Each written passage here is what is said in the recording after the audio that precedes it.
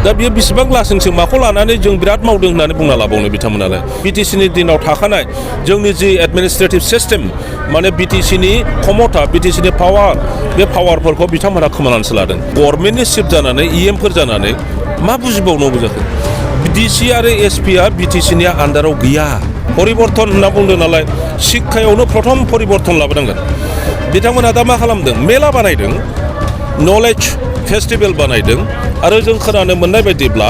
बड'लेण्डनि जि 600 बा 700 कौटिनि गेजेराव 45 crore बे मेलायाव गारदों बिपिएफनि दैदेनगिरिफोरखौ जेरै धरनि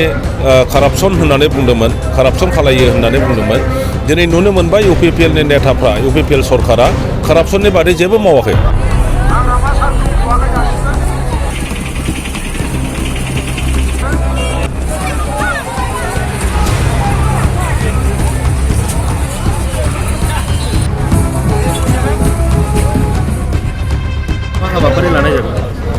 बड'लेण्ड पिपल्स फ्रन्टआ जोंनि राजनैतिक गोहोखौ आरो गोरासिन खालामनो थाखाय दा मोनफ्रोमबो ब्लक कमिटियाव जोङो मोनसे रेलि लादों आरो बिब्दिनो गिदिं थांनाय 13 थारिखनिफ्राय मोनफ्रोमबो ब्लकआव हाबै दिनै गसाइगावआव सफैबाय आरो बे गसाइगावआव गिदिरथार मोनसे मास रेलि लानाय जादों बिपिएफनि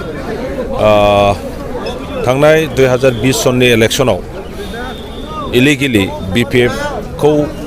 सरकार दानो होआबालानो इउपिपिएल आरो बिजेपिखौ जि सरकार दाहोबाय बिटिसिआव बे सरकारनि दारै बिटिसिआव दिनै खुनु धरननि उन्नयनमूलक खामानि जायाखिसै आरो ओनसोलाव सान्थि प्रतिष्ठा खालामनायनि नामावहाय बिथांमोनहा दिनैहाय जाति धर्म भाषा लानानै जि बोखावनायनिसो राजनिति खालामदों बियो जोंनि बिटिसि बासिनि थाखाय बिराद दुखु गोनां जादों आरो खुनु धरननि रांखान्थि जौगानायनि जेबो खामानि जोङो नुनो मोनाखिसै इनफ्रास्ट्राक्चार इक'नमिक इनफ्रास्ट्राक्चार जेबो बानायनाय जायाखिसै दा बेफोर खोथाखौनो जोङो रायजो राजाफोरनि खाथियाव बुंहैनो जोङो दा ओंखारबाय जोङो दसे 2 बोसोरसो जोङो सिरि थादोंमोन जेन' इउपिपिएलआ खिजानि गावसोर कमिटमेन्ट होनाय जे परिबर्तननि नामावहाय गोबां खामानि मावनायनि जि रायजो राजाफोरनो खोथा होदोंमोन बेखौ मोजाङै मावफुंनो हागोन खोमा होननानै जों जेबो बुङाखैमोन रावखौबो जों सोंखारियाखैमोन नाथाय समा बांद्राय गोलाव जाबाय आरो बिथांमोनहा जेबो मावाखिसै बरन्स बिपिएफनि दैदेनगिरिफोरखौ जेरै धरनि कारापसन होननानै बुंदोंमोन कारापसन खालायो होननानै बुंदोंमोन दिनै नुनो मोनबाय इउपिपिएलनि नेताफ्रा इउपिपिएल सरकारा कारापसननि बादै जेबो मावाखै बेखायनो बेफोर खोथाखौनो जोङो दा रायजो राजाफोरनिसिम बुंनो ओंखारबाय आरो रायजो राजाफ्रा नुनायनि उनावहाय जों बुङाब्लाबो बिथांमोनहा अलरेडि थिरांथा लाखाबाय जे फैगौ इलेक्सनाव इउपिपिएलखौ बिटिसिनि राजनितिनिफ्राय फुराफुरि बिदाय होनायनि थिरांथा रायजो राजाफ्रा दिनै लाखाबाय दा बेखायनो जोङो फैगौ 2024 सननि जे एमपि इलेक्सन आरो 25 सननि जोंनि बिटिसिनि इलेक्सन आरो 26 सनाव जिहेतु एमएलए इलेक्सन जागोन बे मोनथाम जोंनि राजनैतिक डेस्टिनेसन बेखौ लानानै जोङो दा रायजो राजाफोरनि खाथियाव हाबदों प्रमद बर'आ मैया गावनो बुंनानै लादों माने बिटिसिनिफ्राय गावखौ सिटनिफ्राय रायजो राजा बोखारोब्लाबो जेबो अजद गैया होनना गावनो बुंला बेनि सायाव मा बुंदों बिथाङा अलरेडि माने बुजिखाबाय जे रायजो राजाफ्रा गावखौ जे गाज्रि मोनबाय गावनि खोथा होनायखौ जे मोनसेबो लाखियाखिसै बेखौ नुनानै बिथाङा दिनै आगोलैनो गावनो सारेन्डार जानायनि खोथा बिथां जि बुंदों बेयोथ' सारेन्डार जानाय दा रायजो राजानिफ्राय बियो बेखौ बुंनानै मोनसे सेम्पिटि आदाय खालामनो नागिरदों नाय प्रमद बर'आ माने गोदोबो बुंखादोंमोन आं एमएलए एमपि जाया मन्थ्रि जाया आं गावबुराबो जाया बिदि बुंखादोंमोन खिन्थु रायजो राजाफ्रासो जबरदस्त प्रमद बर'खौ चिफ बानायदों दा बिथाङा फैगौ बाराव चिफ बानायाब्लाबो देरहाहोआब्लाबो जेबो अरजाया बेसेबा मोजां प्रमद बर'आ दा नैबेबायदि मोनसे माने रेटरिक खोथाया दा बेखौ बुंनानै बिथाङा दिनै रायजो राजाफोरनि मोनसे सेम्पिटि आदाय खालामनो नागिरदों बिथाङा मिन्थिखानाया मोजां बिथांनि जि राजनैतिक केरियार बे राजनैतिक केरियारा आरो गैला जे गोदै बुंनानै माने थाइजौ गोखैखौ जेरैबायदि फानदोंमोन बिथाङा गोदै साननानैनो रायजो राजाफ्राबो बायफ्लांदोंमोन भट होदोंमोन बिथांमोननो दिनै भट मोननानै बिथाङा चिफ जानानै जेरैबायदि कमिटमेन्ट होदोंमोन बे कमिटमेन्टखौ लाखियाखिसै बेखायनो रायजो राजाया बिनि प्रति दा आरो माबा जाबाय आस्था गैला अनास्था जाबाय दा बेखायनो बिथाङा बेखौ मिन्थिखानायनिसो खोथाखौ बुंदों बिटिसिआव इउपिपिएल सरकारा माबायदि खामानि मावदों होननानै बुंदों नोंथाङा माबायदि खामानि मावनो हादों आं नोंथांनि मिडियानि थ्रुयै जास्ट बेखौल' सोंनि रायजो राजाफ्रानो फिनगोन बयबो फिनगोन जे बिपिएफनि 15 बोसोराव जि लामा बानायबाय बिनिफ्राय गोदान अबावबा 10 किल'मिटार 20 किल'मिटार लामा बानायनाय मोनसे खोन्था जों बानायनाय कलेजनि बादै गंसे कलेज बानायदेरबाय बेखौ खोन्था जों बानायनाय इउनिभार्सिटिनि बादै मेडिकेल कलेजनि बादै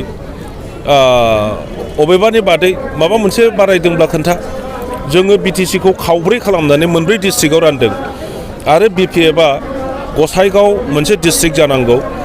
भेरगाव मोनसे डिस्ट्रिक्ट जानांगौ तामुलपुर मोनसे डिस्ट्रिक्ट जाबावनांगौ होननानै जोंहा पार्टिनिफ्रायनो दाबि दंखायोमोन दा दुखु गोनां खोथाया जाहैबाय बिथांमोनहा क्लेम खालामदोंमोन जे जोङो तामुलपुरखौ मोनसे डिस्ट्रिक्ट बानायनो हाबाय नाथाय दुखु गोनाङा बेनो जे इउपिपिएल बानायबाय होननानै बुंनाय बे तामुलपुर डिस्ट्रिक्टखौबो दिनै दानजाबफिनबायसो बिथांमोना होमब्ला मा दंबावो बेसेबां लासिंसिं प्रमद बर' हाथाव बिटिसि बासाव अभियाननि गेजेरजों नोंथांमोना बिटिसि खुंथायआव फैनो हागोन सानो डेफिनेटलि फैगोन दिनै जोङो स्ल'गान होदों रायजो राजाफ्रा बेखौ खोनादों रायजो राजाफ्रानो सिद्धान्त लाखाबाय बिथांमोना थिरांथा लाखाबाय जे फैगौ इलेक्सनाव प्रमद बर' एबा इउपिपिएलखौ खुनु सत्तेव बिथांमोनहा आरोबाव भट होनानै देरहाहोनायाव गैया ओंखायनो अट'मेटिकेलि फैगौ इलेक्सननिफ्राय प्रमद बर' आरो इउपिपिएलआ बिजेसफोर इन्स्टिटिउसनफोर लाबोथों परिबर्तन होनना बुंदों नालाय शिक्षायावनो प्रथम परिबर्तन लाबोनांगोन बिथांमोना दा मा खालामदों मेला बानायदों नलेज फेस्टिभेल बानायदों आरो जों खोनानो मोननाय बायदिब्ला बड'लेण्डनि जि 600 बा 700 कौटिनि गेजेराव 45 क्र'र बे मेलायाव गारदों दा मेलानि फिडबेकआ मा जादों जायाखै दिनै रायजो राजाफ्रा बयबो मिथिगौ